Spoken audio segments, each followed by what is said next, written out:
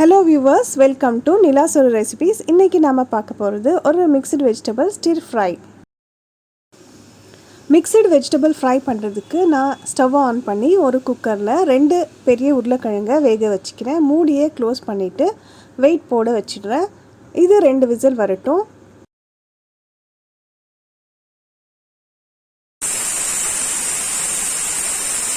இப்போ cooker whistle வந்த பிறகு ப்ரெஷர் எல்லாம் ரிலீஸ் ஆனதும் இதை நம்ம ஓப்பன் பண்ணி பார்க்கலாம்.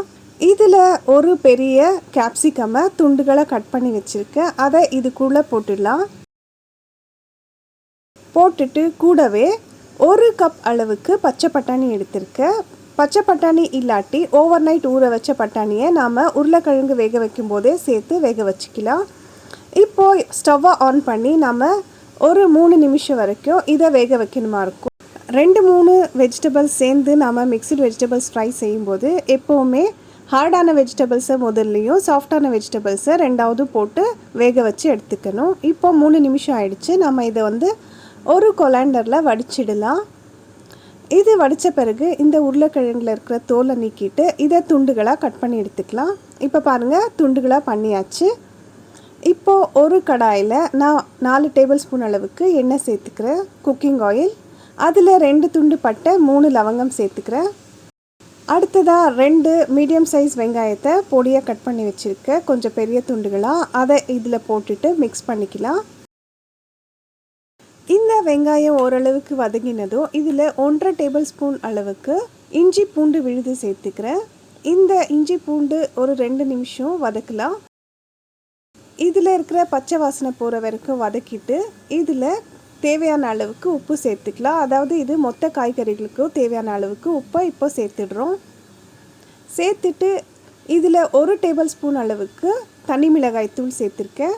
அப்புறம் 1 டேபிள் ஸ்பூன் அளவுக்கு தனியாத்தூள், 1 டீஸ்பூன் அளவுக்கு கரம் மசாலா தூள். இது 3த்தையும் சேர்த்து கொஞ்ச நேரம் எண்ணெயில் வதக்கி விடலாம். இந்த மசாலாவில் இருக்கிற பச்சை வாசனை எல்லாம் போகணும். அது வரைக்கும் இதில் கொஞ்சம் நேரம் வதக்கி விடலாம். இப்போ ஸ்டவ்வை சிம்மில் வச்சுருக்கோம். நான் இந்த மசாலாவில் மஞ்சள் தூள் சேர்க்கலை. உங்களுக்கு விருப்பம் இருந்தால் மஞ்சள் தூள் சேர்த்து இதில் கலந்துக்கலாம். அடுத்து இதில் நம்ம ஏற்கனவே வேக வச்சுருக்க காய்கறிகளை இதில் சேர்த்துடலாம். இதை சேர்த்துட்டு இந்த காரம் எல்லாம் எல்லா பக்கமும் ஒட்டுற அளவுக்கு நல்லா இதை கலந்து விடணும். இதை நல்லா கலந்து விட்டுட்டு இப்போது மூடி போட்டு ஒரு 3 நிமிஷம் இந்த ஸ்டவ்லேயே இது இருக்கட்டும். தீயை குறைச்சி சிம்மில் வச்சுருக்கணும்.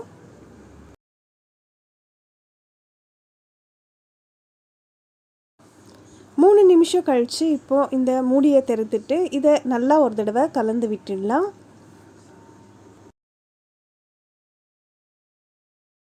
கலந்து விட்டுட்டு இதில் ஒரு 1/2 கப் அளவுக்கு துருவின தேங்காய், இந்த காய்கறிகளோட எல்லா பகுதியிலையும் இந்த துருவின தேங்காய் கலந்து வர மாதிரி நல்லா கலந்து விட்டுட்டு இப்போது கொத்தமல்லி தழை விருப்பப்படுறவங்க பொடியை அரைஞ்சு சேர்த்துக்கலாம். நான் இதில் சேர்க்கலை. அடுத்து இதை நல்லா கலந்து விட்டுட்டு நான் ஒரு சர்விங் பவுலில் ட்ரான்ஸ்ஃபர் பண்ணி காட்டுறேன். உங்களுக்கு கிட்டே இருந்து பார்க்கும்போது நல்லா தெரியும். எப்போவுமே ஒரே வகையான காயை பொரியல் செஞ்சு சாப்பிடும்போது இருக்கிற டேஸ்ட்டை விட 2-3 வெஜிடபிள்ஸ் சேர்ந்து பொரியல் செஞ்சு சாப்பிடும்போது அது ரொம்பவே டேஸ்ட்டாக இருக்கும். இந்த வீடியோ உங்களுக்கு பிடிச்சிருக்கும்னு நினைக்கிறேன். இந்த ரெசிப்பியை நீங்களும் ஒரு தடவை ட்ரை பண்ணி பார்த்துட்டு எனக்கு கமெண்ட் செக்ஷனில் தெரிவிங்க எப்படி வந்ததுன்னுட்டு. அதோட இந்த வீடியோ உங்களுக்கு பிடிச்சிருந்தால் லைக் பண்ணுங்கள், ஷேர் பண்ணுங்கள், கமெண்ட் பண்ணுங்கள். இது வரைக்கும் சப்ஸ்கிரைப் பண்ணலைன்னா சப்ஸ்கிரைப் பண்ணுங்கள். தேங்க்யூ ஃபார் வாட்சிங். பாய்.